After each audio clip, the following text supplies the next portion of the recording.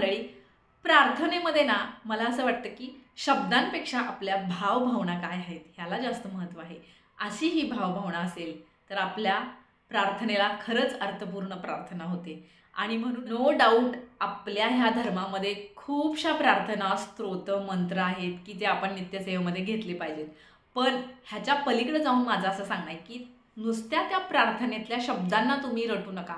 त्याच्या मागच्या भावना, त्याच्या मागचा भाव काय आहे हे जाणून घेऊन जर तुम्ही 10 प्रार्थना करत असाल तर त्यातली एक करा, पण ती भाव ओतून केली तर तुम्हाला ह्या जगामध्ये अशक्य असं काहीच नाही. नमस्कार मंडळी, मी Shubhangi. Mantras for happy life या यूट्यूब चॅनलवरती आपल्या सर्वांचं मनापासून स्वागत आहे. एक मुलगी होती, खूप छोटी होती. रोज सकाळी ती शाळेला जाण्यापूर्वी मंदिरात जायची. तिच्या शाळेच्या मार्गावरती एक छोटंसं मंदिर होतं. तिथं जायची आणि त्या मूर्तीसमोर जाऊन उभं राहायची आणि डोळे बंद करून प्रार्थना म्हणायची. 2 मिनटं काहीतरी पुटपुटायची. प्रार्थना इन द सेन्स 2 मिनटं काहीतरी पुटपुटायची आणि नंतर त्या मूर्तीसमोर नतमस्तक व्हायची, स्मित हास्य करायची आणि धावत पळत तिची बॅग घेऊन ती बसला निघून जाऊन शाळेला जायची. न चुकता तिचा हा रोजचा दिनक्रम होता. आता एवढी लहानशी मुलगी एखाद्या मोठ्या व्यक्तीने ही कृती केली असती तर ती साहजिकच आहे. एवढी लहान मुलगी रोज ती मंदिरात येते, देवासमोर डोळे मिटून काहीतरी पुटपुटते, नतमस्तक होते आणि नंतर स्मित हास्य करून बॅग घेऊन निघून जाते. हे सगळं दृश्य तिथला पुजारी बघत होता. देवळातला पुजारी तिच्याकडे नेहमी निरखून बघायचा. ती रोज काय करत असेल हे समजण्याची उत्सुकता त्याला वाटू लागली. कारण इतकीशी लहान मुलगी काय म्हणणार आहे ना. त्याला काय वाटलं की ती मुलगी इतकी लहान आहे, धर्माचा किंवा प्रार्थनेचा किंवा धर्माचा सखोल अर्थ तिला समजणं केवळ अशक्य आहे. तिला कोणती प्रार्थनेचं बोलायला पण येत नसेल तर प्रार्थना काय म्हणणार. ती रोज मंदिरात येते, त्याचा अर्थ तरी काय असेल. असे 15-20 दिवस असे निघून जातात.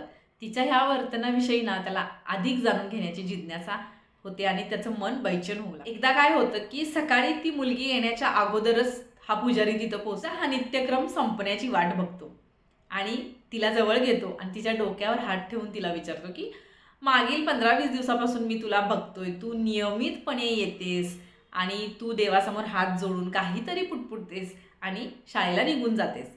तू ते काय करत असतेस, तू काय पुटपुटत असतेस. तर ती म्हणते की मी प्रार्थना म्हणते. पुजारी जरा साशंकतेनेच विचारतो की तुला प्रार्थना येते का, तुला काही स्तोत्रमंत्र येतात का. त्यावेळेला ती एवढीशी मुलगी नाही असं. मग मात्र पुजारी अजूनच बेचैन होतो की मग तो तिला विचारतो की मग डोळे मिटून देवासमोर तू रोज काय म्हणत असतेस. त्याला ती हसून म्हणते आणि अगदी निरागसपणे ती सांगते की काका मला कोणतीही प्रार्थना येत नाही. मी माझ्या शाळेमध्ये ABCD शिकतेय. तीच ABCD मी A पासून ते Z पर्यंत 5 वेळा म्हणते आणि ह्या देवबाप्पाला सांगते की मला काही तुझी प्रार्थना येत नाही, पण माझ्या शाळेत हे जे अल्फाबेट शिकवलेत ना त्यापासूनच अशी काहीतरी प्रार्थना होत असणार आहे. आता हे अल्फाबेट्स तुझ्या इच्छेनुसार क्रमशः लावून घे आणि आता तीच माझी प्रार्थना असणार आहे असं ती म्हणते आणि अगदी निरागस बालक उड्या मारत मारत बेभानपणे निघून जातं आणि ती दिसेनाशी होते. त्यानंतर पुजारी मात्र ती जाईपर्यंत तिच्याकडं असं निरखून बघत राहतो आणि अगदी निस्तब्ध होऊन देवासमोर उभं राहिला. असं क्षणभर वाटतं ना की आपण ज्याची मनोभावे पूजा करतो ना अशा परमेश्वरावरती इतका अतूट विश्वास आणि श्रद्धा असली तर प्रार्थनेच्या शब्दांचं सुद्धा काही मोल राहत नाही हो त्याच्यासमोर. बघा ना मंडळी, विचार करून बघा.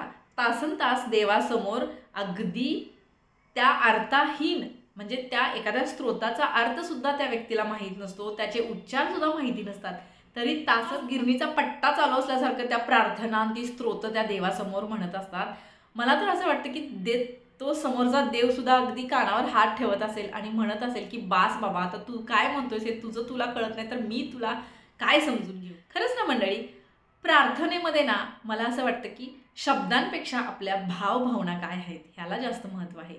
अशी ही भावभावना असेल तर आपल्या प्रार्थनेला खरंच अर्थपूर्ण प्रार्थना होते. आणि म्हणूनच आपल्या नो डाऊट आपल्या ह्या धर्मामध्ये खूपशा प्रार्थना, स्तोत्र, मंत्र आहेत की जे आपण नित्यसेवेमध्ये घेतले पाहिजेत. पण ह्याच्या पलीकडे जाऊन माझं असं सांगणं आहे की नुसत्या त्या प्रार्थनेतल्या शब्दांना तुम्ही रटू नका.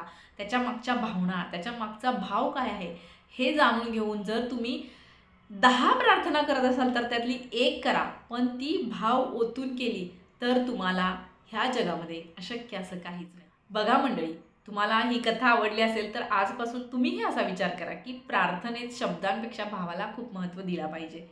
भले 24 तासातले 5 मिनिटं देवासमोर बसा, पण ते 5 मिनिटं फक्त तुम्ही आणि देव किंवा तुम्ही आणि तुमचं इष्टदैवत एवढंच असावं. व्हिडिओ संपूर्ण पाहिल्याबद्दल मनापासून धन्यवाद.